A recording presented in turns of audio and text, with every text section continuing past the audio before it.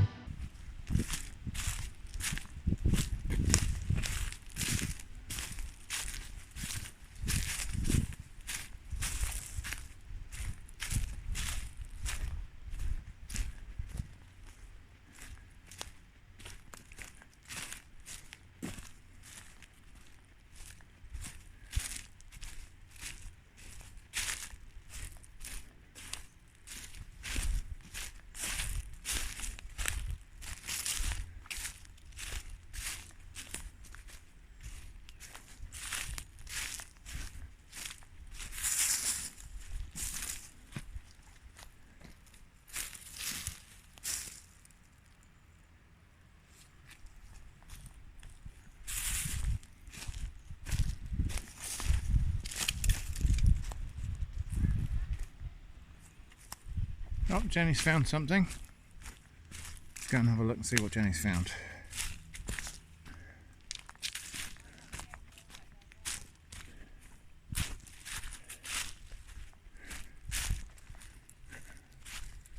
Oh yeah. Yes. Okay. Interesting. Not edible as far as I know. This is I believe, this is a species called Pholiota. I'm not sure. I will mark it on the screen when I've quiet dog. When I've identified it back at home. But not something we can eat, I don't think. But it's good to see some fungus about anyway. It's a hopeful sign that we will find something we can eat.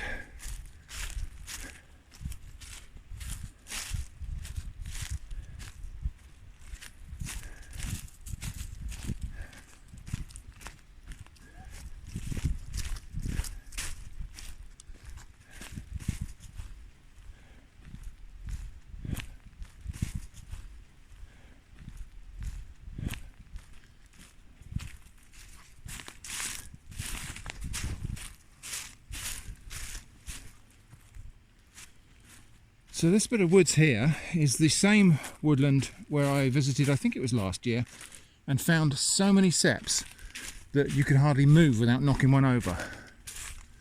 And it's very different this year. And that's all just to do with the conditions, you know, the specific weather conditions that have been leading up to this point. And maybe with all the fungus fruiting as much as it did last year, perhaps it's having a rest this year. So down here we've got an Amanita of some description, possibly poisonous, could be the false deathcap. I tend to leave the Amanitas alone completely.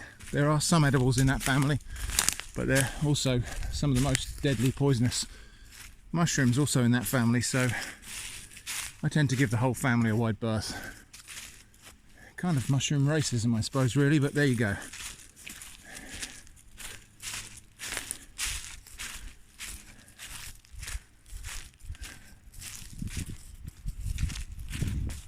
Yeah, I think probably we've just come at the wrong time.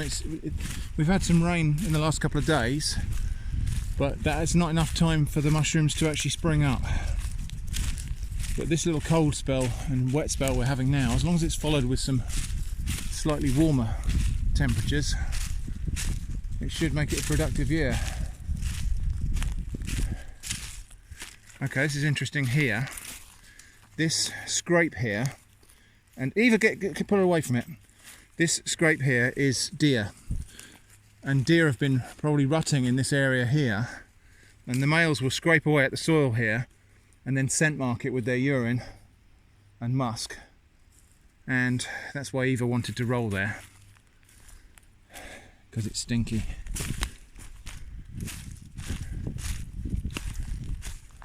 Yeah, the stream's dry. That's interesting. We've had heavy rain the last few days, and I'm surprised there isn't water running in here. But the stream is completely dry. That's a surprise to me. But I think I'm going to walk down the stream bed, and then we can examine both of the banks as we go.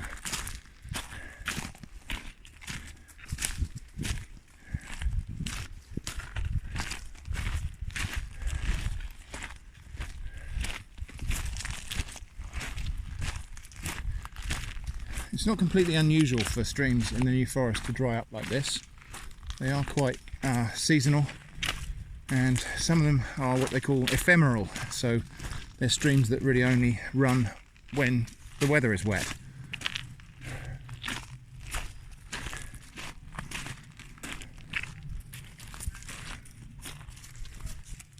I wonder who lives in there. I'll just get past that, please.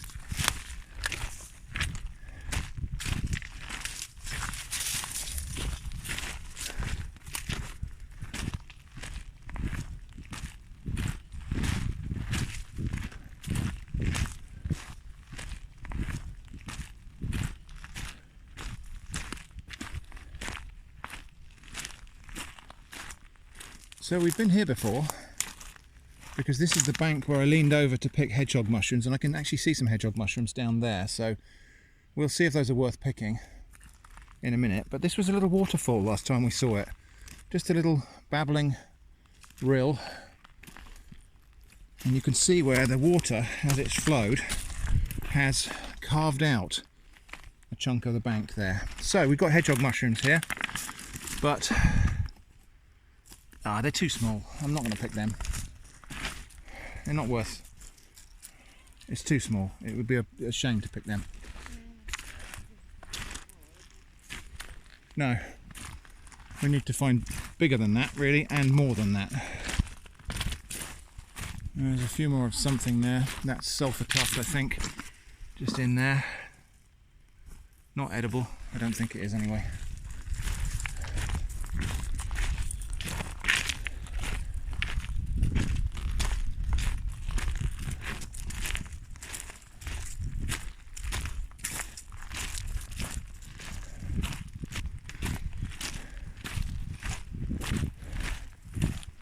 So there we go, quite an unusual perspective really, being able to walk down what would normally be a running watercourse, but I guess that just goes to show you what a dry summer we've had. Probably in a week or two, all of that rain that's fallen in the last couple of days will percolate down through the forest soil here and the peat, and it will make its way into the stream and it will start flowing again. Okay, now we wondered why Eva was making a fuss. And it's because down here, no,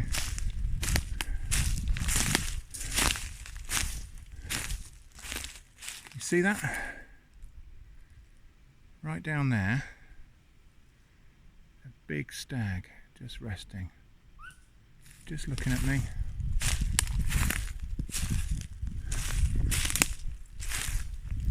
There it goes. Gosh, that's a big one. Let's just go and... I don't want to get too close. There it goes. Okay. Wow, that's a big animal with huge antlers.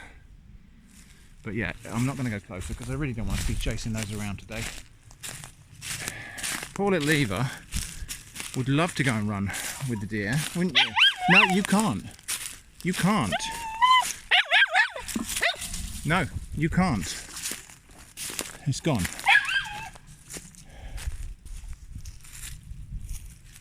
Oh, that's a hedgehog. Oh, there's some hedgehog mushrooms here. Yeah. So just in amongst the undergrowth here, we've got some little hedgehog mushrooms. They're worth having. There's a line of them actually. Jenny's just found another one there. And there's another one here and there. So those are worth having. Well, so okay, that's good. So we are going to have some mushrooms in our stew today. That's good to know. Yeah, if we follow the line down, actually, we'll see there are others. There's one just down here. Another one over there. I won't pick all of them. We don't need to pick all of everything. Just enough for our requirements. These are interesting specimens. They've got a very thick stalk. And I think that's probably because of the dry weather. That'll be okay for the moment. That probably means we're going to find some more in this area. So there's one there. We're just going to leave that. Another one there. But we will wander down through these woods because these mossy banks here are the sorts of places where we'll find more hedgehog mushrooms. Well, that's good. I wasn't altogether hopeful we were going to find anything to cook today because the weather has been so dry, but that's a nice little stroke of luck.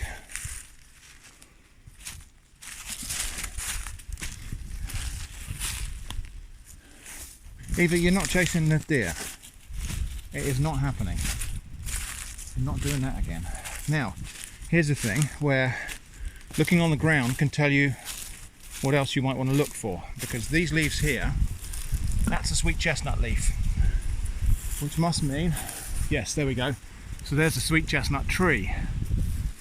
Now, it might not be a massed year for chestnuts this year, and we might be still a little bit early. I can't see anything on the ground. Eva, you're not chasing the deer. Get over it. No, no, they don't like you.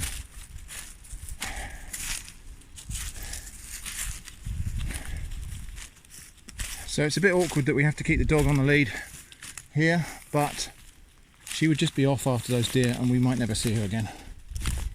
And it's not good for the wildlife either, obviously.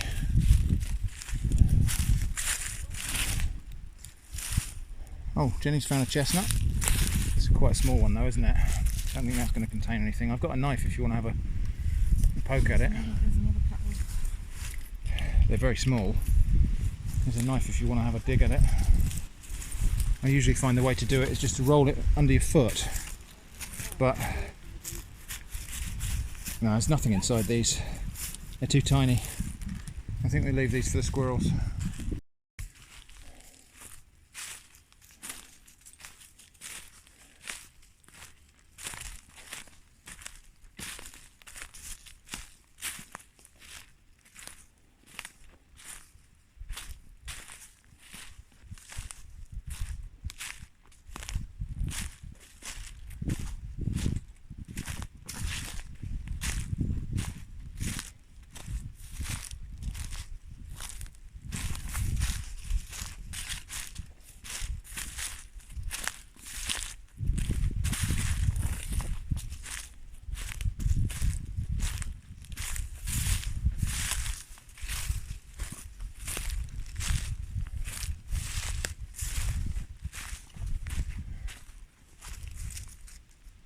You alright, dog?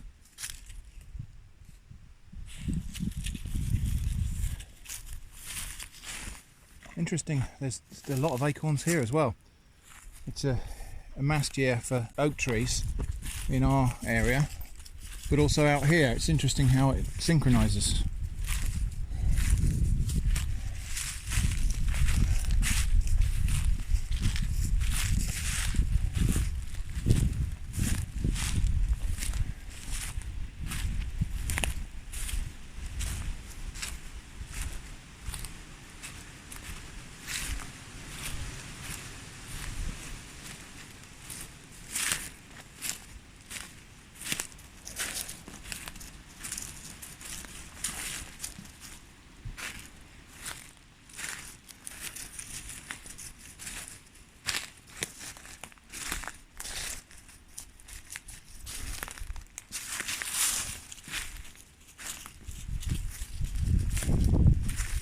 So this is interesting.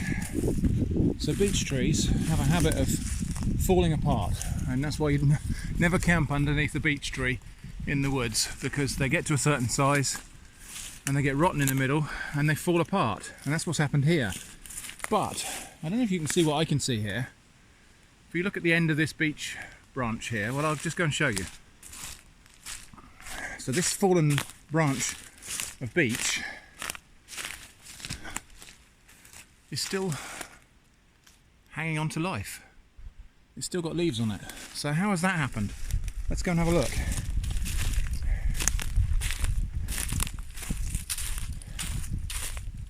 So it's fallen away from the main tree, but it's still connected by a narrow strip of living bark. So sort of living cambium.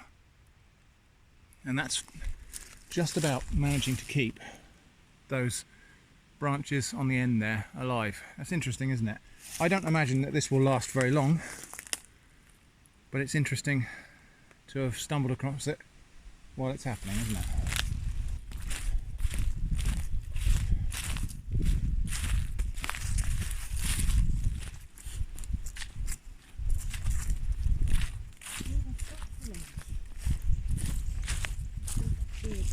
Yeah, it's going to be like that all day. Yeah.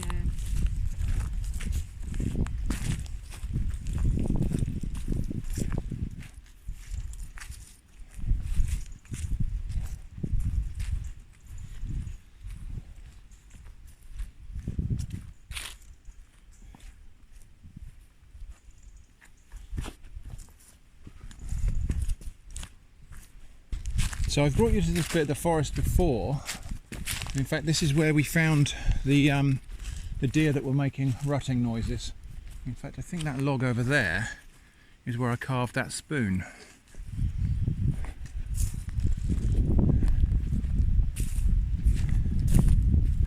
Yeah, just look at the number of acorns we've got on the ground here. So, question for you in the comments is, how do the oak trees all synchronise their mast years? I have theories about it myself. I don't think anybody fully understands it.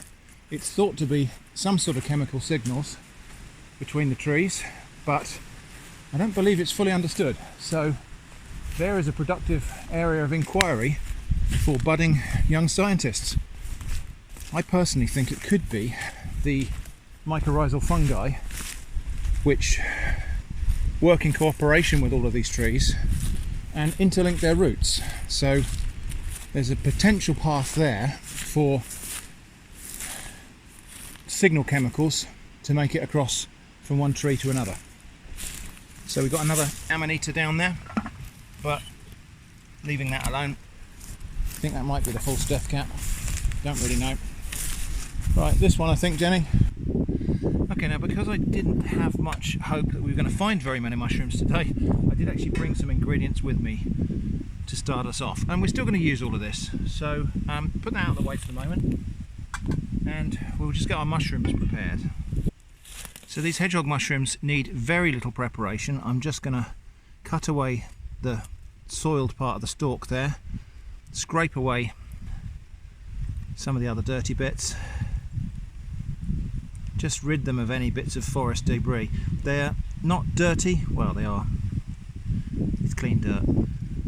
Just want to remove all the grit, anything that might be unpleasant to eat.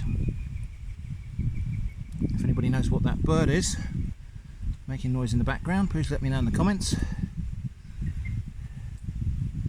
Well, unfortunately we had to waste a fair bit of that mushroom, but that's as clean as we need to get it. So my mushrooms I'm just going to cut up into pieces into the pan. I do like hedgehog mushrooms, they're a really nice mushroom to cook with.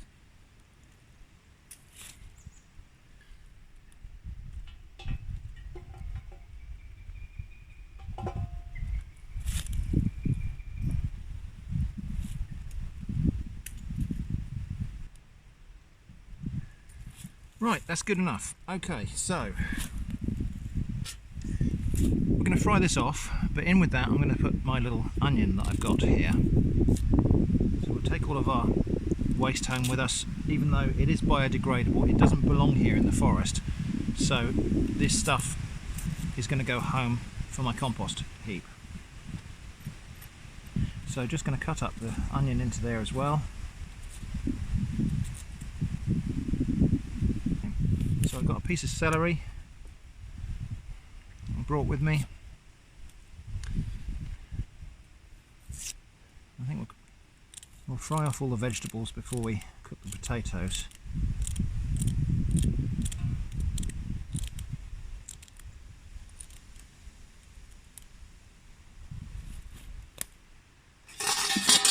Oops, potatoes have just gone flying. Never mind, they won't fall any further.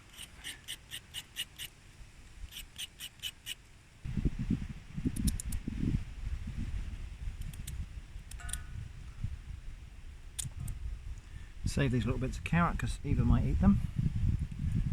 Okay, I'm going to do it. Nature doesn't seem to want to create nice square surfaces for me. How inconsiderate. Well, that might do it. Put the gas bottle down there.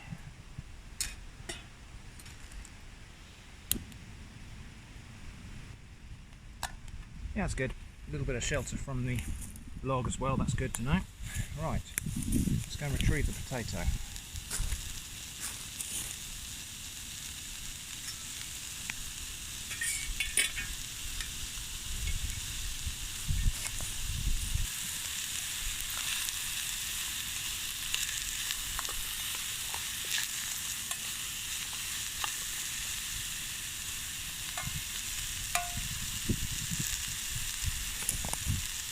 I'll put a link in the video description to this little spice tin because a lot of people are curious about it. So we're just going to have a little bit of salt in there.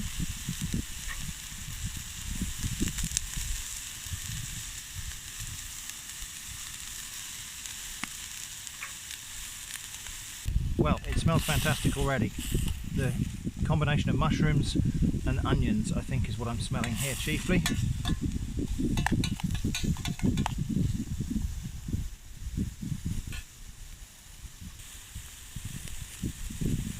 Okay, time to start adding some other things here. I can see that it's starting to burn just a little bit on the bottom of that pan, so I'm going to quickly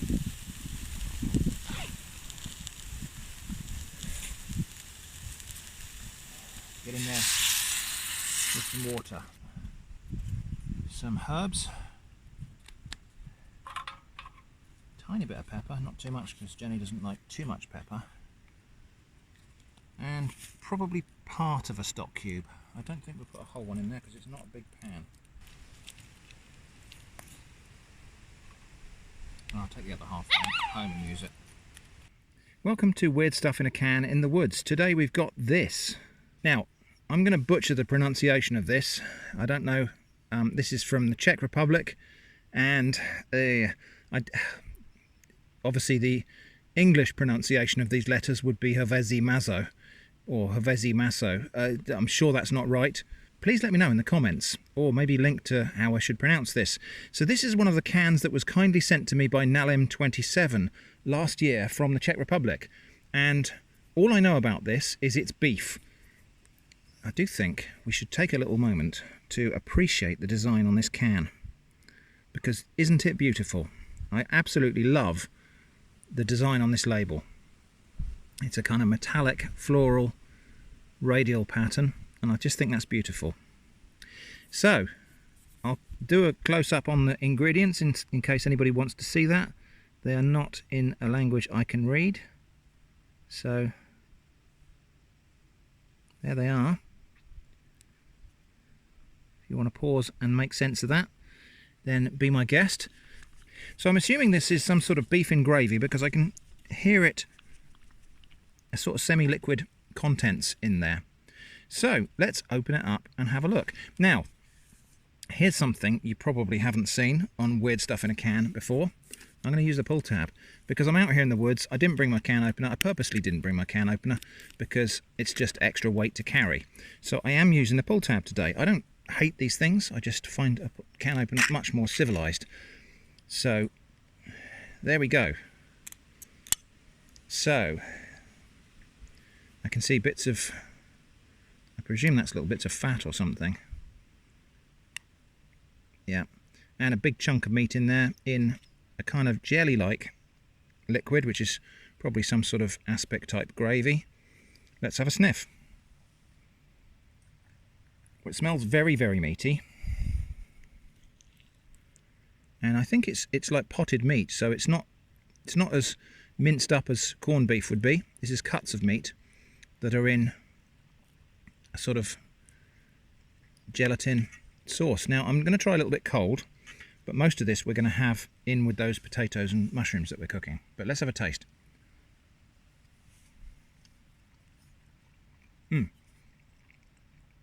Good. Yes, it's cuts of meat, and there's quite a pronounced garlic aroma, which is nice. and that will go well with what I'm preparing today. So double dipping with the spoon because I can. If I was preparing this for you, I wouldn't.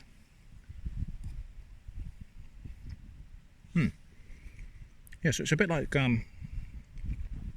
brisket, I would say, in terms of the cut of meat. Got that kind of fibrous, stringy beef texture of stewed brisket beef. So yeah, so I'm going to chop this up.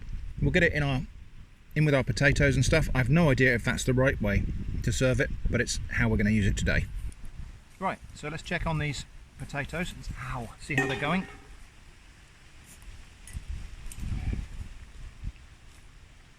Oh yeah, they're nearly done. That's perfect, perfect timing. So, just going to give that a little stir round. Yeah, that's cooked nicely. So, and then we're just going to chop up this meat directly out of the can. I'm just going to plonk it on top and let it warm through.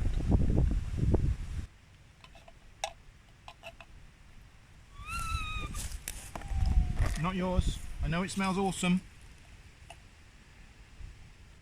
Right, that meat doesn't actually need cooking because it's already cooked in the can. So really we've just got to wait for that to warm through and then we're ready to serve. Right, well I would say that's ready. So I'm just going to have a little taste of it warm now. A bit of mushroom in there as well, a bit of beef, a bit of potato. Let's give that a taste.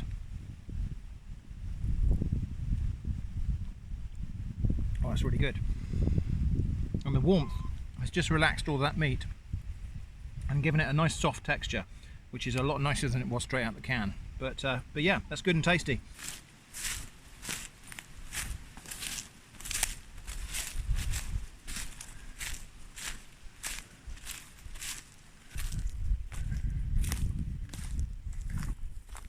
So, what we can see here is a deer crossing. So if we look really closely, all those little marks in the mud there are deer toe prints. Very clear example right there. So the deer have run through here. So this path that we've been walking on here, that goes across there and up the hill, not actually a people path at all, it's a deer path. Interesting.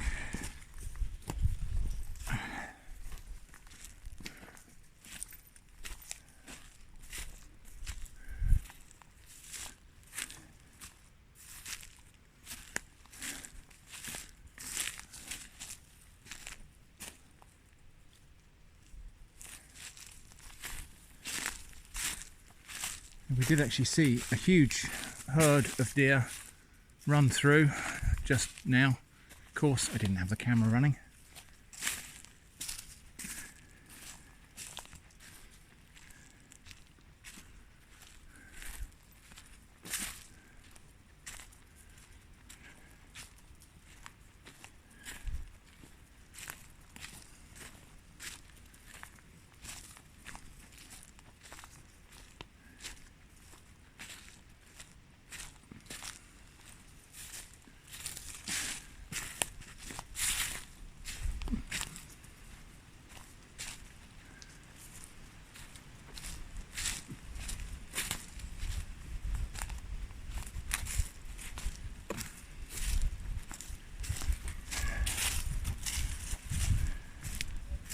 Oh, this is interesting. It looks like that's a bird's nest. Has fallen down out of a tree. Yeah. Isn't that wonderful? Look at that, it's perfect. A little bird's nest has obviously blown down out of a tree in the high winds we had recently. Isn't that wonderful? I mean, it's a shame, but the bird's nest will have served its purpose because the breeding season's over this year. Isn't that good, Jenny? Yeah. Perfect.